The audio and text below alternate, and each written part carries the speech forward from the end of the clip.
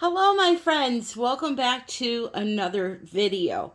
So before I get started with today's lesson, I just wanted to make an announcement that the Black Friday deal for LOLIVEFE, that incredible deal I showed a couple of videos ago of the gorgeous Geode box that I put together, that sale was supposed to start on Friday, but she's starting it actually tomorrow at 6 p.m. Eastern Standard Time, Thanksgiving Day. So if you want to get one of those very limited sets of molds, I would suggest that you head on over to the website right at 6 p.m. I put together some molds so that you can make some trays and coasters to decorate your holiday table. Now, I did one for myself, and I actually want to show you how pretty it looks. So watch this, and I will be right back. So I went out and bought 4 plate chargers. The gold ones are like $2 a piece. And I did a little bit of resin work right on the edge there, as you can see, with some beautiful pigments from Artist Till Death. There's one of the coasters I made along with some of the table confetti crystals. So in the kit, you're going to get this mold right here with a pedestal. You're also going to get a round mold with a pedestal. The pedestals are underneath. You'll see those in a minute. But I just showing you this beautiful holographic effect that I got using the chameleon pigment called Oak Lawn from Artist Till Death. All I did was lightly brush the resin, the mold with it, and then poured my resin into it and got that enormously glorious effect. So here is the round tray that you just saw, another one of my chargers. So what I'm going to be doing is I'm going to continue working on this, but I wanted to show you how far I got already. I'm going to show you a picture of the kit and what comes in it. The crystals here, it comes with 2 molds to make numerous large crystals. If you want the smaller crystals, you'll have to get the smaller mold separately, but I like the big one better anyway. You get more faceted sides and they're really pretty. So there's a simple coaster I made and just some images of the pieces so far. So I hope you take advantage of that deal. $118 value for $75, plus you get to take an additional 10% off using my coupon code. And like I said, I will insert the picture for you to pause the video so you can see everything that you get with that kit. So the sale is starting a day early tomorrow, Thursday, November 26th, 2021 at 6 p.m. Eastern Standard Time, LOLIVEFE.com. And it is called the Gorgeous Geode Box. Another announcement is Australian Floetrol. If you guys use it, Friday at midnight, well, Thursday going into Friday midnight, is the day to go to Pixel Paint Designs and use my coupon. For 24 hours only, she is offering 20% off her entire site, and that's shipping from the US. So if you need Australian Floetrol or Boom Gel or any of the other products that she sells, Friday is the time to do that. Again, that information is in the description as well. And the third announcement is the Colourarte annual inventory sale. 25% off. It happens one time a year. The code is in the description if you're interested. And now's the time if you've ever wanted to buy them. Any of the products from Colourarte that I use, now is the time. All right, so today's video, let's talk about pouring on anything other than a canvas. What you need to know, what you need to do, some of the problems you can run into and how to fix those problems. So a lot of us love the Dollar Tree, right? And lately they have been really amping up their craft supply game. I don't know what it is. They must know that it's a hot new trend or something. Not new, but it's really, catching on. So I walked into my Dollar Tree and they had these cute little Thanksgiving signs. Now, these are made out of something like a pressed wood, like an MDF, which is the sawdust of a whole bunch of wood that they kind of compact together and form into what they call MDF, which, by the way, stands for medium density fiberboard. There is also something called HDF, which is hard density fiberboard. Now, for me personally, this is my own experience. I'm not saying this is the only way, but this is what works for me. I do not prime when it comes to something like an MDF because, first of all, it's not really real wood, as something like this snowflake I'm going to show you is, this is real wood, okay? And real wood, believe it or not, once it's cut off of the tree, it continues to breathe. That's the easy way to think about it. Air can still flow through it. And what happens when you don't prime something like real wood is, A, it will cause an enormous amount of air bubbles that will keep bubbling through your paint or resin. And B, it can warp really, really easily. So for MDF, though, it's different. You don't really have those qualities. So what I do when it comes to MDF is I will tape off the back of whatever I'm pouring on, whether it be a gather sign from the Dollar Tree or a sheet of MDF from Home Depot that I picked up.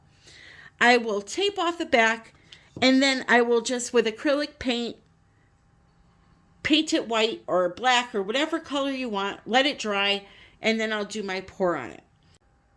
Now, when it comes to drying a piece like this, or the snowflake I showed you, or any piece of wood out there, if you don't support that piece of wood the correct way, it is going to warp.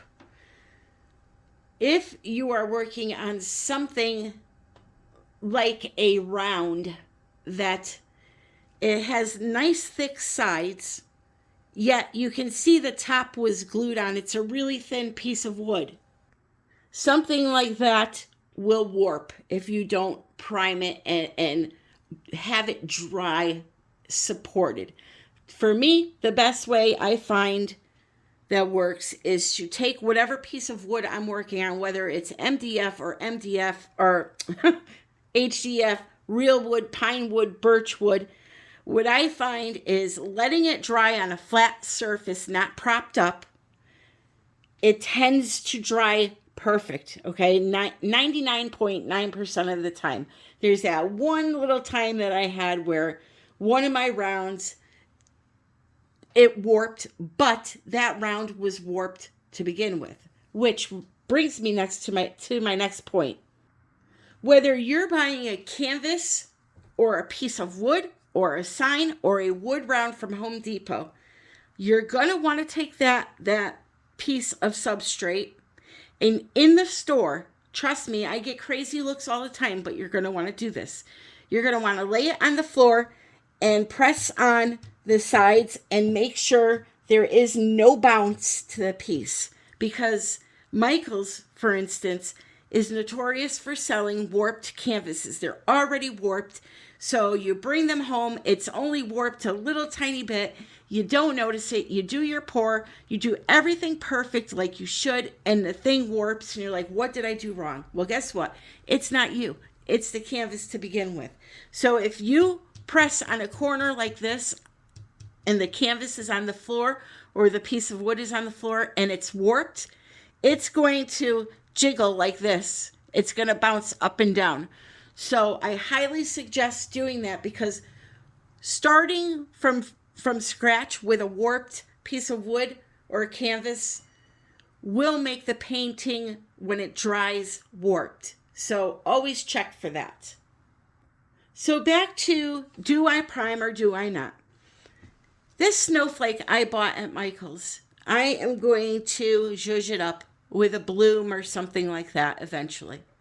it's already painted white. Okay, so for me, that is sealed enough. I am going to put down my base paint and do my artwork, let it dry flat just like this, and then I'll be resining it. And you'll see all of this, of course, and I'm telling you, it will be a-okay. If, however, you go to Home Depot and buy a wood round, or you buy one from any other supplier, you're going to want to prime it. Kilz, K-I-L-Z, sells in Home Depot and Lowe's, I believe, has it too. Walmart, places like that. That's a really good primer to use on any type of wood. I would highly suggest doing 2 coats, front and back, to really seal that off. You want a can of paint that is a primer and a sealer that's going to seal the wood so that it cannot breathe. Now, when you do something like let a piece of wood dry flat on a surface, just flat, not raised up on cups or anything, you're going to run into where the paint's going to come down the sides, and it's going to have a little lip that you're going to have to trim off when you're done. Something like this snowflake could be a real pain in the butt, because look at all of these slots. So for something like that, it may not work the best. So in this case, what I'm going to do is, not this video, but when I use this, is I'm going to take an object like this, and I'm going to sit it on cups, but I'm going to support each and every one of these edges with a cup. Okay, I'm going to have cups in the center so that it's totally balanced and won't warp on me. What can happen if I just took 3 cups and put them in the middle and just propped it up right here? You're giving this part the option to warp on you. So you want to support the entire piece, okay?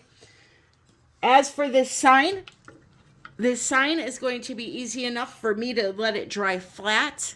And then I'm going to just come in and very easily with an X-Acto knife, or even a pair of scissors, small scissors if you have them, and just trim up the edge, and then I will resin it when it's done. Wood, a wood round, you never want to support it just in the center. You always want to support the entire diameter of the piece. And like I said, it will not warp unless the piece was warped to begin with. So what do I do if my piece warps? What you're going to want to do is take the piece, spray the back of it with some water, and then lay it painting side down on something flat and add something heavy to the frame. Books, cans of vegetables, anything heavy that you could find, and let it sit for about a week. And it should help, unless it's so bad that there is no hope, but typically you can get it to straighten out again. And there's always those pieces that you buy off Amazon, wood rounds, 3 for $10, and they're like 1/8 of an inch thick. Pieces of wood like that, they're just so thin that they really are not built to withstand all the water and the fluid products that are in acrylic pour paints. So something like that, it's really, really hard to get something like that not to warp when it comes to acrylic pouring. Just like the canvas boards that they sell. Some people swear that they work for them. I'm telling you, I have tried canvas boards at least 30 times, and no matter how I lay them flat, I put them up on cups the right way, they just always warp. Some things just aren't built for acrylic pouring. There's just too much weight and water, and like I said, pouring medium or Floetrol, which contains water, too much. They just can't handle it. So if you want to use some type of wood, use a good quality wood. And although the rounds at Home Depot are very attractive, because they're like $10 for this big 18-inch round pine wood that's, a 1/2 inch thick or a quarter, I don't know how thick they are, but excuse me. they're really not that great for pouring. Resin, yes, they're excellent for, but acrylic pouring, not so much. I would just stick with around canvas or I don't know, a good brand of a wood round that you may know somebody is selling. Something that is got some body to it, some sides, and is really good quality. I have some really great wood rounds I buy from Blick. I'm going to look them up, the name of them, and put them in the description. The good thing about them is that they are really solid. The sides are really nice and thick, and they're really well made. And, you know, it depends on who's making these things too. So, yeah, it all depends where you get them from. If you're paying very little money for actual real wood, now I'm not talking about MDF, I'm talking about real wood. Chances are that it's not going to be great for you when you do acrylic pour on it. Resin art, though, is a whole different beast, and it works perfectly fine. It just, all of that water and acrylic pouring affects wood. So what about glass? We don't hear a lot about glass, do we? I love to pour on glass. I have a bunch of old videos. For all of you new people here, I have probably over 500 videos. So, way back, I did, you know, pours on glass with acrylics. I did it with resin. It's really fun and a great way to spruce up a wall, right? So what special things do you need to know about pouring on glass? Well, sorry, you're going to end up seeing my ceiling light here. So what I do when I pour on glass is I tape off the back, the entire back. I wipe the entire piece down with rubbing alcohol just to clean it, because believe it or not, doing something like this transfers oils from your fingers onto the glass, and your paints can reject from that spot just like resin does. Same thing goes for, you know, I always get the question why I'm resining my canvases and the edges, it's like rejecting around the edges. It's like pushing away. It's from us handling the painting after it dries. Your hands, whether you put lotion on or it's just your natural oils, they transfer to things when you pick things up. So it's always good before resining or doing an acrylic pour to wipe something down, you know, with some alcohol. Now, that may sound confusing. I'm not talking about, I got to separate this here. Whenever you're doing an acrylic pour on something like glass, canvas, no, you don't have to rub your canvas down with alcohol or your wood. What I'm saying is if you're using glass, to rub it down with alcohol before you pour on it. And if you're going to resin your piece, you should always try to like wipe it down really quick with a little bit of alcohol on the edges or wherever you handled it. So it's pretty straightforward for glass. You tape off the back, prop it up on cups. It's not going to warp, obviously. Do your pour on there. But then what do you do after that? You're going to have to seal it somehow. You can't pour on glass and expect it to stay. If you pick at it, it'll peel right off. So what I like to do usually when I use glass is I like to use resin. I color the resin with pigments that I buy, and then, you know, do a pour with that on the glass. Or I can do an acrylic pour and then resin over the acrylic pour. Varnish, that's not going to work because, you know, especially if you're only doing a small section of this, that's going to give you a problem. You're going to paint it on this area here, but it's still not going to keep the paint from peeling off the glass. So resin is really the only way to get this to really stick when you pour on glass. And just so you know, when you do some type of a resin pour or anything on glass, you're going to, oh, now you can see my taco kit in my chicken broth. You're going to want to have the resin come over the edge and grab onto this rough area here, because that will really make it grasp on tight, okay? So, yeah, what I do is I tape the back here, and then now you got some sweet potatoes in there. Can you tell I'm getting ready for Thanksgiving? No tacos, though, on Thanksgiving. That's just got to be put away. So you're going to want to have the resin come over and thoroughly coat this edge here to grab onto it, because this is nice and rough and will really make it, you know, adhere good to the piece, okay? So that's glass. So what I'm going to do now is set up really quick, and we're going to pour on something, whether it be on this piece of glass or that gather sign. Maybe we'll do both. I don't know. Let me set up.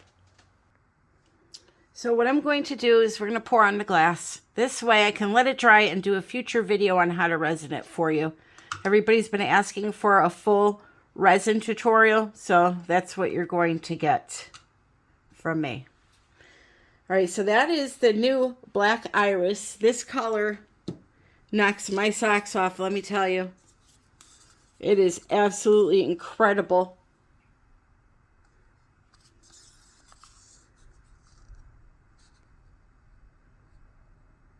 Now that makes me very, very happy.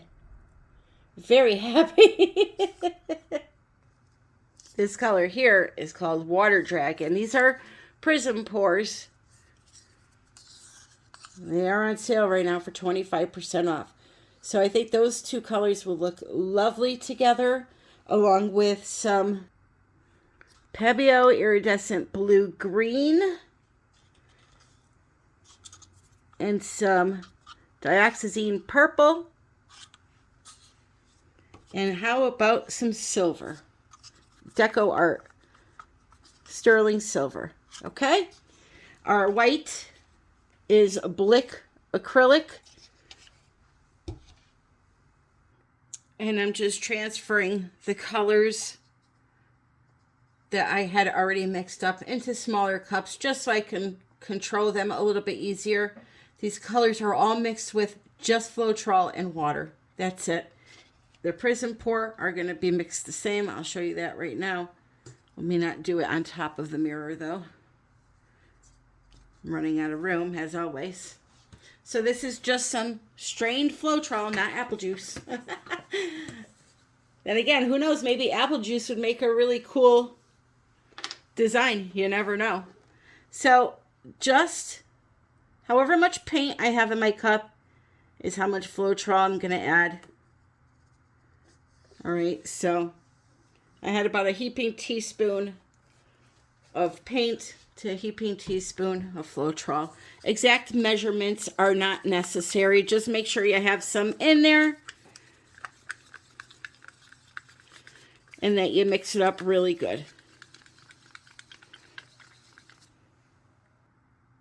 Floetrol will dull the color a bit. You could use pouring medium if you didn't want to use Floetrol.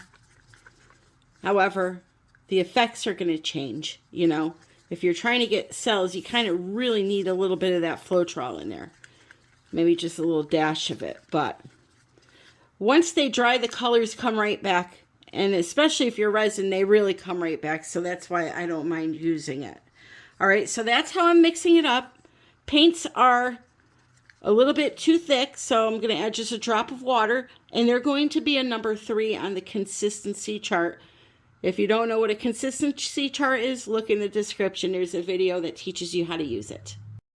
Okay, so here we go. I'm just going to pour down my colors in the order that I think an ocean look should go. So that means the white's going to be at the top to create the foam, the darker blue down at the bottom with the lighter blues up towards the top. I added that purple in with the Black Iris and the Water Dragon just to get a little bit of a contrast. And this here is the Pebeo Iridescent Green Blue. And then what I'm going to do, very simple, I'm going to take my blow dryer and blow the white over the colors to create lacing and cells. So I'm going to let you watch this and enjoy it, and I will be back.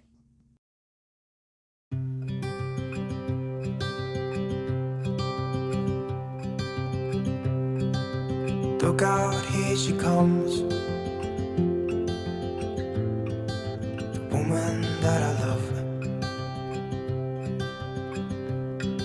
It's too bad she'll never know. Yeah, I can't tell her how I feel, because she has someone who makes her happy. I'm a ghost in these walls, or at least I try to be. 'Cause I hope that I'm not showing how I feel for her, but she won't feel the same for me. I've got this picture in my mind. It's just the two of us, just the two of us. But I know I have to try to let her go, because she won't be mine. I listen when she talks, I watch her when she walks. She's given me these feelings that I've never felt before, but she will never know that I love her so well. She's with somebody else and I will have to let her go. She will never know, na-na, never know, na-na. She will never know, na-na, never know, na-na. She'll never know. It's like she stole my heart without. It is so pretty. So what we'll do is I'll let this dry, and I will then come back and show you how to resin it, okay? I know you're all busy getting ready for Thanksgiving, well, those that celebrate, so I want to wish you all a very happy Thanksgiving. Well, not all of you, those that celebrate. And those that don't celebrate, I want to wish you a great day tomorrow. I hope you enjoyed the video. Don't forget about that great LOLIVEFE sale starting tomorrow, Thursday, right after we're all stuffed from, not all of us, Tammy, right after most of us are stuffed with turkey and all of that yummy stuff. Head on over to LOLIVEFE and get your limited edition kit for an extreme discount. And I am going to be holding a live class to do some resin work. So anybody that gets that can resin along with me. I will announce that after the weekend here. I think I'm going to get an order in over at atdartisttilldeath.com. That's where I get all my resin art supplies. There's a link for them in the description too. Get some really pretty blues and then come back in and do some resin waves. But I will teach, though, how to do a top coat so that, you know, those that don't want to do that don't have to. So thank you for joining me, and don't forget to hit that like button on the way out and subscribe for future videos. Hit the notification bell. It'll notify you when I release my next video. And have a great day today, tomorrow, and today. I love you all. And until the next time. Oh, I wanted to show you one more thing. Sorry. I wanted to show you the pretty molds, the heart molds from LOLIVEFE that they have to offer also. I made these out of resin. I don't know if you can see just how much is going on in these. But I used resin, obviously, saran wrap, and chameleon pigments from Artist Till Death. Look at that. That is incredible. So when you go get your kit, you can also add a few of those in there. They're like a couple of bucks. They're not expensive. And they're so much fun. I'm going to make a nice mixed media piece out of this and this pretty guy that I made. There's a lot going on in there also. And then I also made this ornament. And guess what? No holographic paper required. That is all one color called Oak Lawn Chameleon from Artist Till Death. Look at that. So I am going to have that live resin class, like I said. I will put all the information in the description. So I'll let you guys go so you can get on with your day. Love you all and happy pouring.